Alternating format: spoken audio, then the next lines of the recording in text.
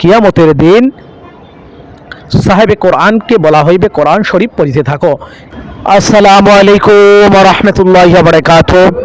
সম্মানিত দর্শক শ্রোতা, দিনী ভাই ও বোনেরা, আশা করি মহান আল্লাহ তাআলা আমাদের সবাইকে অনেক অনেক ভালো রেখেছেন, সুস্থ রেখেছেন। আলহামদুলিল্লাহ, সমস্ত প্রশংসা সেই মহান আল্লাহ তাআলার জন্য, যেই আল্লাহ তাআলা আমাদেরকে শারীরিক মানসিকভাবে সুস্থ রেখেছেন, বিভিন্ন বালা মুসিবত রোগ শোক মহামারী হইতে হেফাজত করেছেন, সৃষ্টি শ্রেষ্ঠ জীব আশরাফুল মাখলুকাত হিসেবে দুনিয়াতে পাঠিয়েছেন, শ্রেষ্ঠ নবীর শ্রেষ্ঠ উম্মত হওয়ার তৌফিক দিয়েছেন।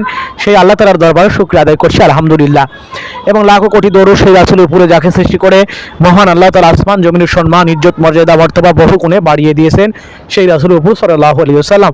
সম্মানিত দর্শক শ্রোতা, দিনী ভাই ও বোনেরা, এই মুহূর্তে আপনারা যেখান থেকে এই ভিডিওটা দেখছেন, গ্রামে বা শহরে, পথে বা প্রান্তরে, দেশে বা প্রবাসে, প্রত্যেককে জানাই আন্তরিক ধন্যবাদ এবং মোবারকবাদ। দোয়া করি আল্লাহ তাআলা আমাদের প্রত্যেকের জীবনকে সুন্দর করুক, সহজ করুক এবং দিন অনুযায়ী চলার তৌফিক দান করুক, আমিন। আমরা কোরআন শিক্ষার গুরুত্ব সম্পর্কে জানার চেষ্টা করছি, অর্থাৎ ইসলামে কোরআন শিক্ষার গুরুত্ব এবং ফজিলত। যেহেতু কোরআন মহান আল্লাহ তাআলা আরবি ভাষায় নাজিল করেছেন এবং কোরআন শিক্ষা করা প্রত্যেকটা নর নারীর উপর ফরজ। প্রথমত শিখতে হবে, দ্বিতীয়ত অর্থ জানতে হবে, তৃতীয়ত তদ অনুযায়ী আমল করতে হবে। তো এই বিষয়গুলো খেয়াল রেখে আমাদের চলা উচিত। তো আমরা আপনাদের সামনে কোরআন শরীফ শিক্ষা করার গুরুত্ব, মাহাত্ম্য, ফজিলত সম্পর্কে সংক্ষিপ্তভাবে উপস্থাপন করার চেষ্টা করছি। তো আজকে আমরা জানবো যে কোরআন শরীফ জানলে কি লাভ হবে, কোরআন শরীফ পড়লে কি লাভ হবে, অর্থাৎ কোরআন শরীফের কী কী ফজিলত, এই ব্যাপারে আপনাদের সামনে আর একটা হাদিস উপস্থাপন করার চেষ্টা করব। তো চলো কথা না বাড়িয়ে আমরা মূল আলোচনায় প্রবেশ করি। তো হযরত আব্দুল্লাহ ইবনে ওমর রাদিয়াল্লাহু তাআলা আনহু হইতে বর্ণিত, হুজুর সাল্লাল্লাহু আলাইহি ওয়াসাল্লাম ইরশাদ ফরমাইয়াছেন যে কিয়ামতের দিন সাহেবে কোরআনকে বলা হইবে কোরআন শরীফ পড়িতে থাকো এবং বেহেশতে মর্যাদার স্তর সমূহ আরোহণ করিতে থাকো এবং থামিয়া থামিয়া পড়ো, যেভাবে দুনিয়াতে থামিয়া থামিয়া পড়িতে তোমার উপর মর্যাদা উহাই হইবে যেখানে তুমি শেষ আয়াতে পৌঁছিবে। মহা গুরুত্বপূর্ণ একটা হাদিস। হযরত আব্দুল্লাহ ইবনে ওমর রাদিয়াল্লাহু তাআলা হইতে বর্ণিত, হুজুর সাল্লাল্লাহু আলাইহি ওয়াসাল্লাম ইরশাদ ফরমাইয়াছেন যে কিয়ামতের দিন সাহেবে কোরআনকে বলা হইবে কোরআন শরীফ পড়িতে থাকো এবং বেহেশতে মর্যাদার স্তর সমূহে আহরণ করিতে থাকো এবং থামিয়া থামিয়া পড়ো, যেভাবে দুনিয়াতে থামিয়া থামিয়া পড়িতে তোমার মর্যাদা উহাই হইবে যেখানে তুমি শেষ আয়াতে পৌঁছিবে। সাহেবে কোরআন দ্বারা বাহ্যত হাফিজকে বোঝানো হইয়াছে। মোল্লা আলী কালী রহমাতুল্লাহ আলী বিস্তারিত আলোচনা এই ফজিলত হাফিজদের জন্যই সাব্যস্ত করিয়াছেন। নাজেরা পড়নেওয়ালা গণ ইহার মধ্যে শামিল নন। প্রথমত এই কারণে যে সাহেবে কোরআন শব্দটি এই দিকে ইঙ্গিত করে। দ্বিতীয়ত এই কারণে যে মুসনাদ আহমদ কিতাবে বর্ণিত আছে, অর্থাৎ যতটুকু কোরআন শরীফ তাহার সঙ্গে আছে ততটুকু পড়িবে। এই বাক্যটি আরও স্পষ্ট করিয়া দেয় যে ইয়ার দ্বারা হাফিজকে বোঝানো হইয়াছে। যদিও সে বেশি পরিমাণে তেলাওয়াতকারী, নাজেরা পড়নেওয়ালা গণও ইহার অন্তর্ভুক্ত হওয়ার সম্ভাবনা আছে। মিরকাত কিতাবে আছে এইরূপ পড়নেওয়ালা ইহার অন্তর্ভুক্ত নয় যাকে কোরআন লানত করে। যেমন অন্য হাদিসে আছে বহু কোরআন পড়নেওয়ালা এমন আছে যাহারা কোরআন পড়ে কিন্তু কোরআন তাহাদের উপরে লানত করে।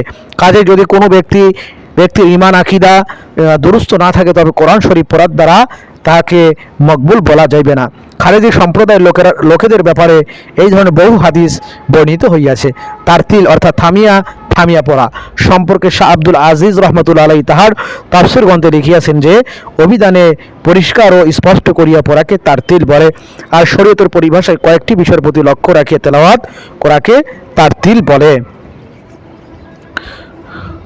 প্রথমত হরফসমূহ সহিভাবে উচ্চারণ করা, অর্থাৎ মাখরাজ আদায় করিয়া পড়া।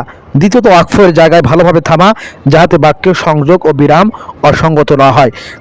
তৃতীয়ত হরকত সময়ে ইসবা করা, অর্থাৎ জের জবর এবং পেশকে ভালোভাবে স্পষ্ট করিয়া পড়া।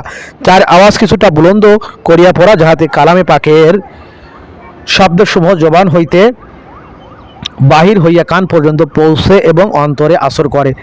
আর পাঁচ এইরূপ আওয়াজে পড়া, যাহাতে দরদ পয়দা হয় এবং দিলের উপর তাড়াতাড়ি আসর করিতে পারে। কেননা দরদ ভরা আওয়াজ দিলের উপর খুব দ্রুত আসর করে এবং রূহ শক্তিশালী হয় এবং আসর গ্রহণ করে। এই কারণেই হাকিমগণ বলিয়াছেন যে ঔষধের আসর অন্তরে পৌঁছান দরকার, উহা সৌগন্ধির সহিত মিশাইয়া দেওয়া চাই, এভাবে দিল উহাকে তাড়াতাড়ি টানিয়া নেয়। ছয় তাসদিদ ও মতকে ভালোভাবে স্পষ্ট করিয়া পড়া, কারণ এইগুলি স্পষ্ট করিয়া পড়ার দ্বারা কালামে পাকের আজমত প্রকাশ পায় এবং অন্তরে প্রভাব সৃষ্টি করিতে সহায়ক হয়। সাত রহমত ও আযাবের আয়াতসমূহের হক আদায় করা, যাহার ভূমিকায় আলোচনা করা হইয়াছে। এই 7টি বিষয়ের প্রতি লক্ষ্য রাখাকেই তারতিল বলা হয়। আর এই সবগুলির মূল উদ্দেশ্য একটাই, অর্থাৎ কালামে পাকের মধ্যে গবেষণা ও চিন্তা ফিকির করা। হযরত উম্মে সালমা রাদিয়াল্লাহু তাআলা আনহা কে কেহ জিজ্ঞাসা করিল যে হুজুর সাল্লাল্লাহু আলাইহি সাল্লাম কোরআন শরীফ কিভাবে তেলাওয়াত করিতেন। তিনি বলিলেন, হরকত সমূহকে বাড়াইতেন, অর্থাৎ জের জবর ইত্যাদি পরিপূর্ণভাবে উচ্চারণ করিতেন এবং প্রত্যেকটির হরফ পৃথক পৃথক এবং স্পষ্টভাবে উচ্চারণ করিতেন। তার তিলের সহিত তেলাওয়াত করা মুস্তাহাব, যদিও অর্থ বুঝে না আসে। ইবনে আব্বাস রাদিয়াল্লাহু তাআলা বলেন, আমি তার তিলের সহিত সূরা আল কারিয়া এবং সূরা ইজাজুল জিরাত পাঠ করি। ইহা আমার নিকট তারতিল ছাড়া সূরা বাকারা এবং সূরা আলী ইমরান পাঠ করা হইতেও উত্তম। অর্থাৎ এই হাদিস দ্বারা বোঝা গেল যে কোরআন শরীফ তেলাওয়াত করা, তারতিলের সঙ্গে তেলাওয়াত করা, সহি শুদ্ধভাবে কোরআন শরীফ তেলাওয়াত করার চেষ্টা করা। কেননা কোরআন শরীফ যদি সহি শুদ্ধভাবে তেলাওয়াত না করা হয়, সেক্ষেত্রে অর্থের পরিবর্তন হওয়ার সম্ভাবনা অনেক বেশি থাকে। এই জন্য আমাদের প্রত্যেকের উচিত, যারা আমরা কোরআন তেলাওয়াত করি, আমরা যেন এই বিষয়গুলো যেন খেয়াল করে কোরআন তেলাওয়াত করি। এই দিকে কি আমাদের বিশেষ দৃষ্টি দেওয়া বা মনোযোগ দেওয়া। আর এই হাদিসের মধ্যে অত্যন্ত গুরুত্বপূর্ণ একটা বিষয় আলোচনা করা হয়েছে, সেটা হলো হাফেজে কোরআনদের সম্পর্কে। যারা দুনিয়াতে কোরআন হেফজ করবে, যারা সাহেবে কোরআন হবে, মহান আল্লাহ তাআলা ইয়ামাল কিয়ামতের দিনে তাদের মর্যাদা, তাদের সম্মান, তাদের ইজ্জতকে বহুগুণে বাড়িয়ে দিবেন। এই জন্য আমাদের দুনিয়াতে আমাদের সন্তান, আমাদের বংশের সদস্য, আমাদের জ্ঞাতিগোষ্ঠীর সদস্য, আমাদের যারা নিকট আত্মীয় স্বজন যারা আছে, অন্ততপক্ষে তাদের মধ্যে হলেও কাউকে এইভাবে কোরআন হাফেজ বানানোর চেষ্টা করা। যদি তাও না থাকে, অন্ততপক্ষে আমার দ্বারা যেন কোনো মাসুম বাচ্চা অথবা কোনো হতদরিদ্র গরিব অসহায় মিসকিন বলে দিনের এই গুরুত্বপূর্ণ কাজে, বিশেষ করে কোরআনের হাফেজ হওয়ার জন্য যদি এরকম যদি কোনো সুযোগ আসে, আমাদের এবার বিশেষভাবে লক্ষ্য রাখা, দৃষ্টি দেওয়া। এমন হতে পারে যে এই ব্যক্তির উচিত আল্লাহ তাআলা আমাদেরকে ওই কঠিন দিনে বলে নাজাতের ব্যবস্থা করে দিবেন। এই জন্য মহান আল্লাহ তাআলা আমাদের সবাইকে সঠিক বুঝ দান করুক, আমরা যেন এই ধরনের দিনই কাজে নিজেদেরকে বেশি থেকে বেশি সম্পৃক্ত করতে পারে। আল্লাহ তাআলা সেই তৌফিক দান করুক। সবাইকে অসংখ্য ধন্যবাদ। আসসালামু আলাইকুম ওয়া রাহমাতুল্লাহি ওয়া বারাকাতুহু।